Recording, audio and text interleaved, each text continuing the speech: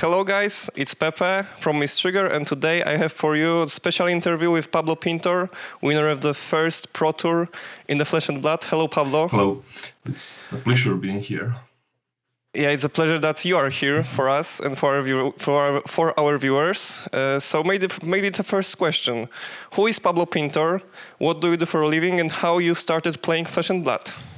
Well, I'm a 27-year-old guy who's living in a town. I wouldn't say that a small town, but a medium town near Madrid. And right now I'm studying.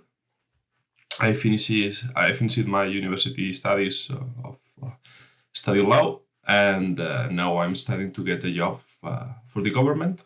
I have to pass a national exam for that.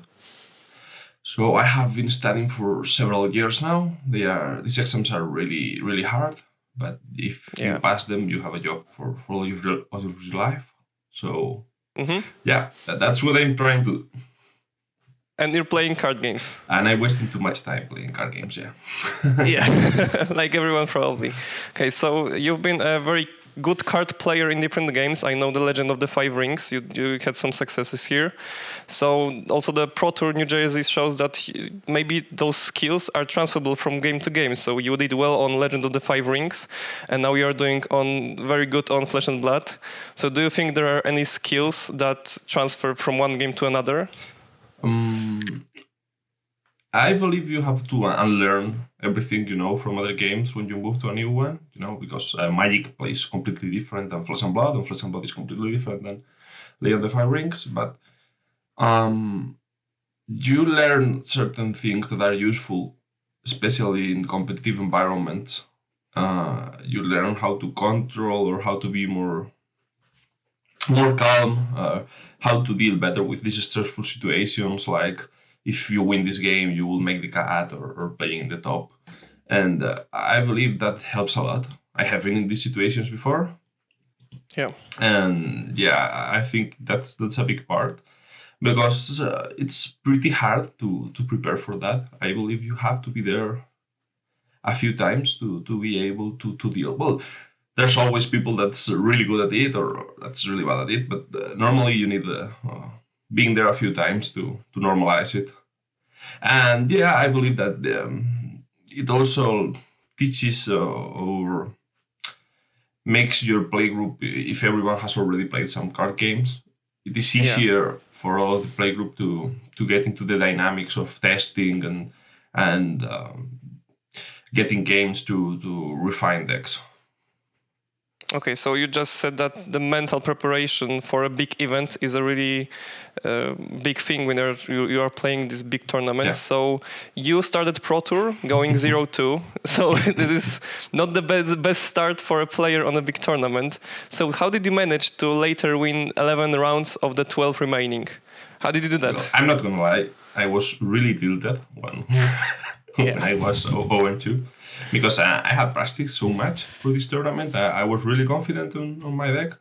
Like I don't think I was going to win nor to make top 8, but I believed in the work I had done, and starting 0-2 wasn't a really good was a really good demonstration of what we could do. And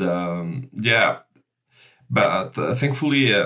It wasn't that round that a lot of our friends that weren't playing on the Pro Tour came to the venue, so they were cheering me up. And then I thought that you're playing on the Pro Tour. This is already a great, a great experience, and you will do fine whatever you do. If I lose the next 3 rounds and I go 0-5, well, that's it. I will play the calling or I will play the battle hardened, and it will be fine. Like, you're playing with really good players from all over the world. You don't have the right to feel so entitled to win or something like that. So that's what I thought. And I also thought that I was pretty much done for, because I thought the players with X3 couldn't make the cut. And as I hadn't done the math, I'm really, really bad at math. And I thought that I was already done for. because with Flesh and Blood Tiebreakers losing in the first round of the tournaments Yeah, that's very is bad. really punishing. Yeah.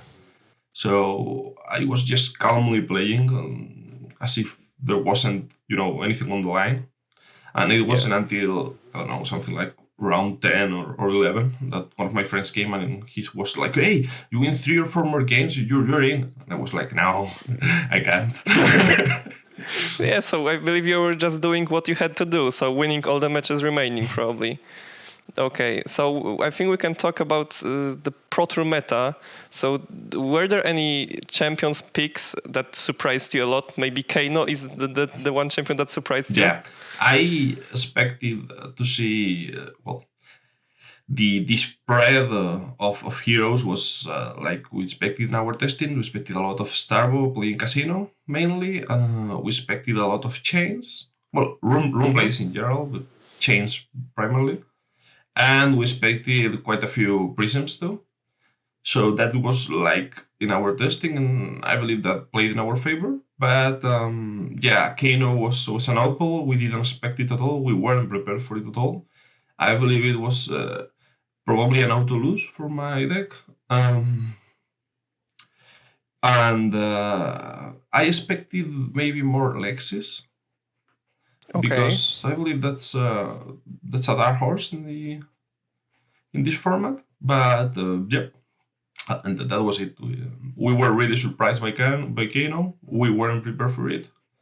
Yeah. And we were prepared for the general meta of the tournament. I believe that. Yeah.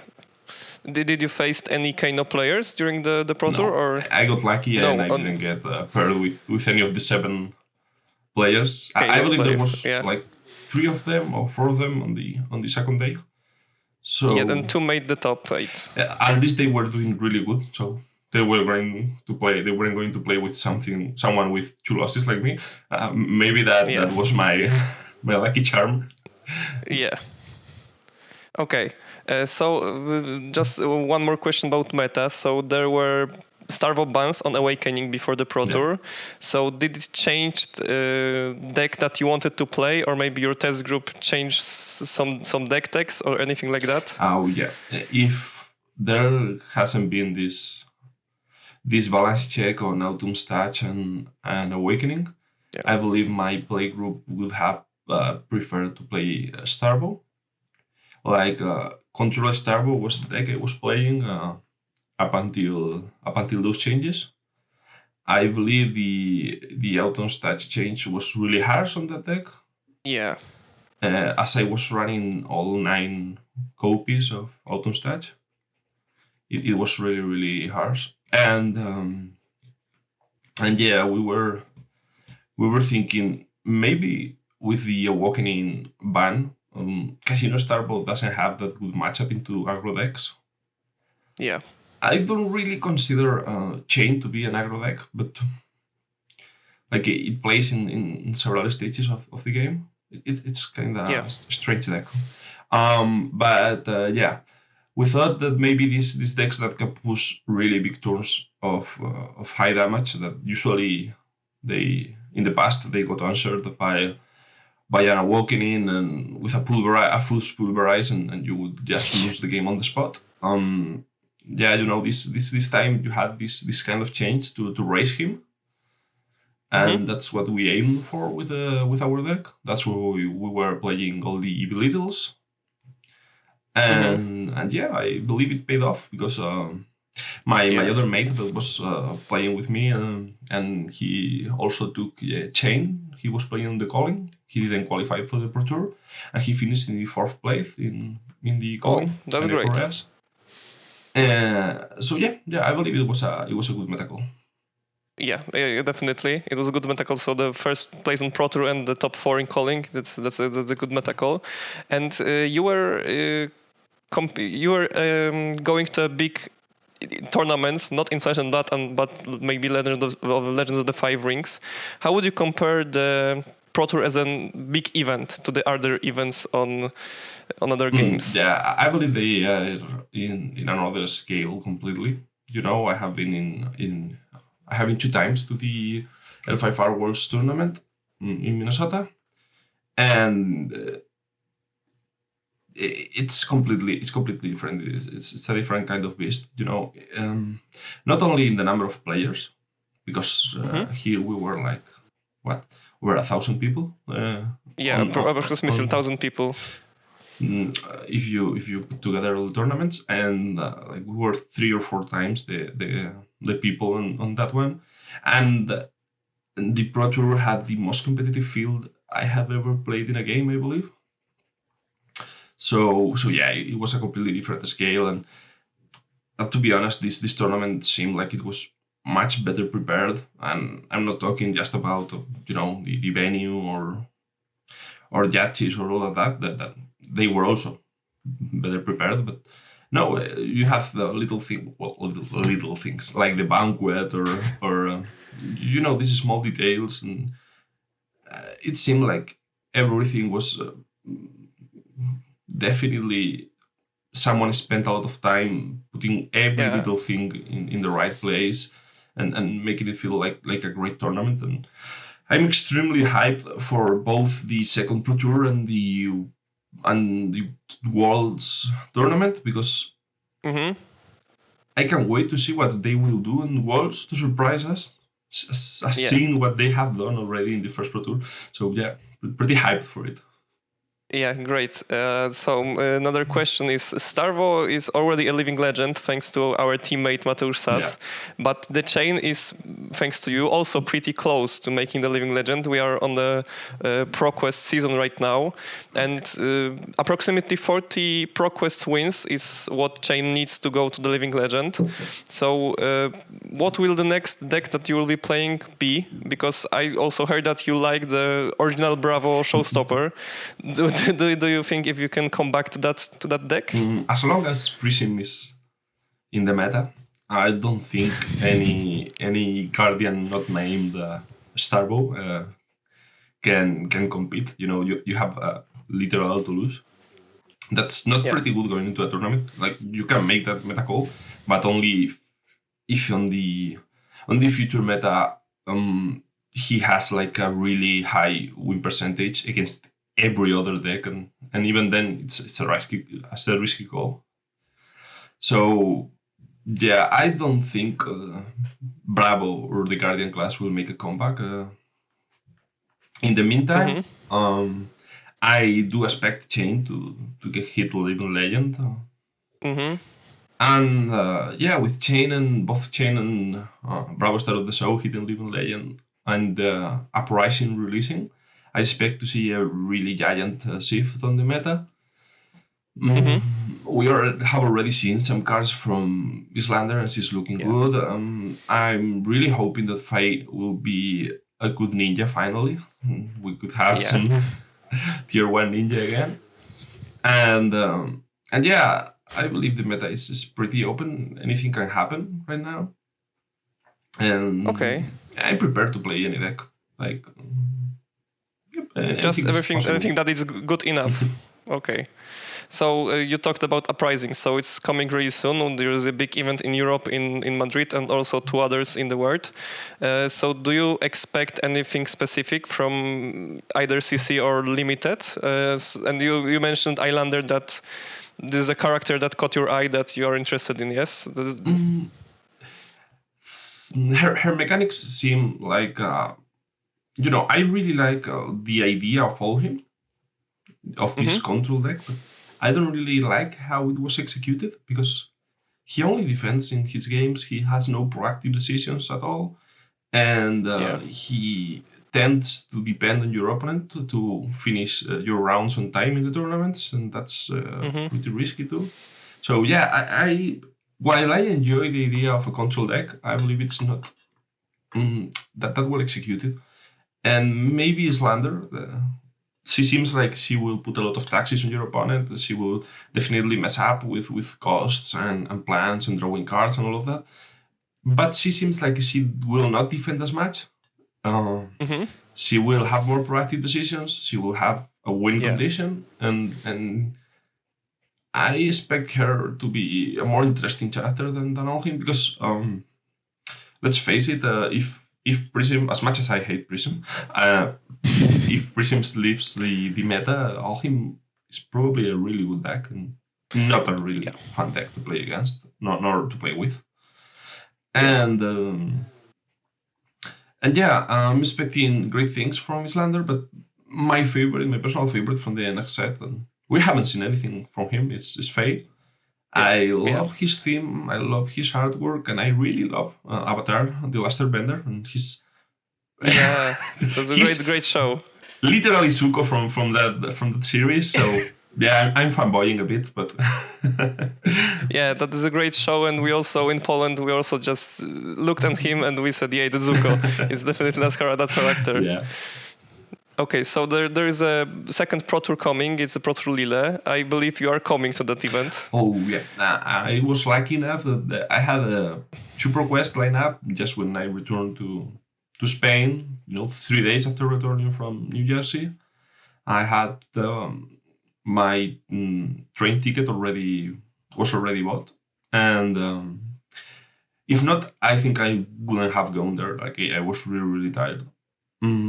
But I went to Barcelona to play 2 pro quests, and I was lucky enough to win the first one. So yeah, I don't have to think Congratulations. about using my PTI for Worlds or for Yeah. National or for the Pro Tour. Yeah, this makes it way easier. Yeah, great to hear that. Okay, so I have some lightning rounds like right now. So the really quick questions. So with Uprising coming, you prefer ice or fire? Oh, fire. Okay. Is there any favorite card in Flesh and Blood for you? Well, that's a hard question. I well, it's a really simple and popular card, but I really like the design of Command and Conquer. Okay. I really love how it forces interaction between players. I really love how it punishes um, decks that don't have enough 3 blocks on them, and it pops. It also pops the phantasmal attacks, the heralds from Yeah. Prism. It does everything, and it blocks 3, and it's a neutral card. So wow. Yeah, that's a great What a card. surprise that So it's so pricey. Yeah, who would have thought? yeah. So we know that there are different languages versions of card coming, not only English. So probably the Spanish version will be released soon. Do you think that you will change some cards to Spanish versions, or do you think that maybe on Spanish scene there are some players that will prefer the Spanish version cards? I'm expecting some translations to be really funny in Spanish. So I would definitely play the cards that I find funny, and the names or the effects. I'm really hyped to see how they will translate something like Boost to Spanish. Yeah. I don't know how they will do it and keep it cool. And yeah, I believe it will do a lot of good to our community because the Spanish community is growing really fast these last months, and I believe both the premiere will be great for new players to arrive, and every time a new set is released, it's also a really good time for people to get into the game. So both the premiere, the release of Uprising, and then this localized version in Spanish will be really good. In Spain, there's not a really good level of English, and Okay. there's a lot of people that feel intimidated by all of these really complex cards in English and having to learn them by memory. So yeah, I believe it will do much good to our community. Okay, great. So I also wanted to ask you for the best card in Flesh and Blood, in your opinion, but you mentioned Command and Conquer. So is it the also best card in your opinion? Oh no. The most OP card. The most OP card is Yeah. the Rosetta Thorn. Rosetta I Thorn, yeah. don't think there's another card as broken as the Rosetta Thorn. Well, there was, maybe it was the Seeds of Agony, but Yeah. Rosetta Thorn is single-handedly carrying one class. It gives you so much for so little with a really easy activation and split damage, and it keeps alive the spellbound creepers, and it activates several effects. It's crazy. It's like Yeah. it's like I believe the only weapon in the whole game that can compete with it is it's the Winter's Whale, that it's also completely Yeah. broken. So So in the last interview, we asked Mateusz Sas, so the winner of the calling, about the most broken card, and he mentioned Winter's Veil. So there are very similar answers here. So there's one last question. Any good hint for any player to help them become better? So there's just one hint how to become better at Flesh and Blood. This will be easy, but you have to play a lot of games. There's no shortcuts. You can watch these strategy videos or learn to play or deck techs, and they will definitely help. But you need to play a lot of games, and most importantly, you need to lose a lot of games. I came into this game like I was winning a lot in Legend of the Five Rings, and I came into this game and I lost a lot in my in my few games, and that's normal. You have to go through that. It's part of the experience, and you have to enjoy that too. And you have to lose a lot, and don't be afraid to go to tournaments. No matter what level they are. No matter if it's the national of just an armory, and lose games, because everyone loses and everyone has to lose to get better. And we have to learn from those losses, probably. Yeah. Okay. So I really wanted to thank you for having you here. It was a great time asking you these questions. And do you have anything you would like to say? I love seeing more European podcasts. I think that's great that we are having more. I love how you guys have a really high level editing. It was amazing on your first video, and you're a lot of players. And I believe it's great to have more. I expect to have more podcasts from different countries of Europe. We used to have them in other games, and I believe it was great because, it's easier to understand people that talk English with a heavy accent for me. It was crazy because people didn't understand, I don't know, Greek podcasts. It was like completely unintelligible to English speakers, but it was incredibly good for me.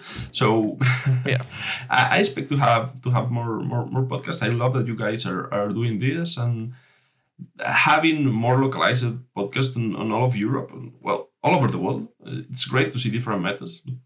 As people usually see Europe as a region that does the same thing, and I don't think that's quite like that. We have really different metas with really different playstyles. Yeah. And it's great that we can showcase some of that. So thank you for starting this. Thank you for those words for us. So thank you guys for watching. I hope you like the video. If you enjoyed, I would say like and subscribe to our channel, and we will have some surprise for you coming with Pablo, and I can stay with Mateusz Sas. So there will be a show match for you.